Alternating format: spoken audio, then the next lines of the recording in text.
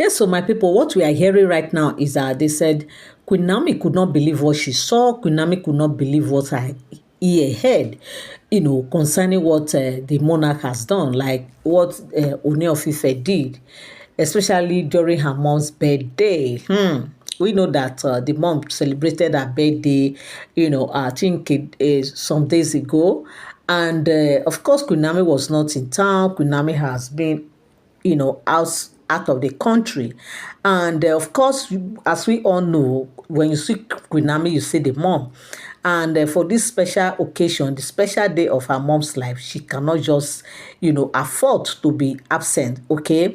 She just have to quickly fly down. She flew down from, I think, was it which country she flew from? I think US or where? So they said she flew from, I think, US or London, something like that, to come and grace the mom's birthday get together. Of course, it was just a mini in-house birthday celebration. Of course, meanwhile, what we heard was that they said that was just for that moment, that they are actually planning on the main birthday bash that they are going to carry out in I think that one that happens was in Ekiti, but the main birthday party will take place in Lagos, as we heard, allegedly. Okay, so now, the moment they said the monarch heard that Queen Naomi is in town, they said he quickly rushed down to meet with Queen Naomi. Personally, when I heard this, I was like, I don't understand. A while ago, I think about 2 weeks ago, during the Olojo festival, we all heard, where the monarch was saying how his wives left him, the first, the second, and the third left him, and he was just there in the palace without a wife, and people started talking, people started asking questions to the extent that they were even asking him who he has offended that has done this to him, that make any woman that comes will not stay and all that. Okay, and that he went through a whole lot, like he went through a whole lot when that happened, and he could not actually bear it. Of course, as a king, I do expect that a king should start, crying. Of course, he said it must not happen. That if it should happen, then it will be a very great, big thing on his side, because according to the tradition and the custom of Ile-Ife and also the Yoruba race, a king must not. Tears must not be seen outside. So no one must see the tears of a king, okay? Especially the Ooni of Ife, the Oonirisa, the Ojaja the second. So that he tried as much as he could to just hold himself, and he went through all that period, all that trying time. He was just there alone, passing through all what he passed through. Okay, now he also went further to say that he appreciate God today, that God has blessed him with so many wives, and that he's still going to have much more. That he has a lawyer, he has doctors, he has this, was just naming engineer, that he has all kinds of wives around him. That when they talk of money, of course, he has. The money to take care of all these women, that money can never and will not be his problem. So why will he be in such a situation, thinking and being in pain for what? That the best thing he has done right now, and that he actually appreciates, all the elders and all the people who rally around to see that he has so many wives in the palace today, and that many will still come, and of course everywhere will be filled up with Oloris. That is what he wants. That another thing again, that of course he on his own part, he does not know what he has done to warrant all these things. He does not know what he did. He does not know what he has done, that makes these women to be leaving him. That he has asked questions, that what happened, what is going on, who have I offended, what is happening. And of course, they told him that he should not worry. And that was the reason why they brought all these women. In fact, he practically said that the women that are with him right now are strong strong, matured women. They use the word gbogbo, that they are gbongbong women. When a man said gbogbo, it means these ones, they are overripe, okay? Overripe women, like they are overripe, like they can withstand anything, okay? They can withstand any pressure. And of course, like we have heard from Queen Naomi before, Queen Naomi has said that, look, she doesn't have strength. She doesn't have strength for talk or to do anything. Everybody can see that she is a very soft person, and in and out she's naturally soft. She doesn't have strength for work. She doesn't have strength to do anything. That anything she wants, she gets it. God have a way of providing all her needs, and presently she's not lacking, and she can never lack. And okay, come to think of it, when people were even saying that Queen Naomi should go back, Queen Naomi should do this, Queen Naomi said, look, she cannot be in the midst of these women. Even if Queen Naomi would have gone back to that palace, even after all these 6 women that are there in the palace, but just because of the status of these women are very way older than Queen Naomi. They are very older than Queen Naomi, in and out, okay? In terms of life, they are highly exposed. When you talk of whatever way you want to say, these women are there. Yes, they are there in any corner, any angle. And Queen Naomi does not have strength that she will go there and she will start competing with them. Maybe they throw something at you. Of course, she know who she is. As a prophetess, as a woman of God, as a daughter of Zion, as an anointed, prophetess that she is, she knows that she can, of course, she can withstand anything. But what she's just trying to say is that, what is the need for you putting yourself in a situation whereby you know that maybe they will start throwing different things at you, or doing different things? Why be in such environment? Why be in such environment when you know from the one that this one already is a no-go area? Because she could practically see the handwriting all written all everywhere, that these women are way more than her in terms of movement, and in terms of throwing, and in terms of so many things.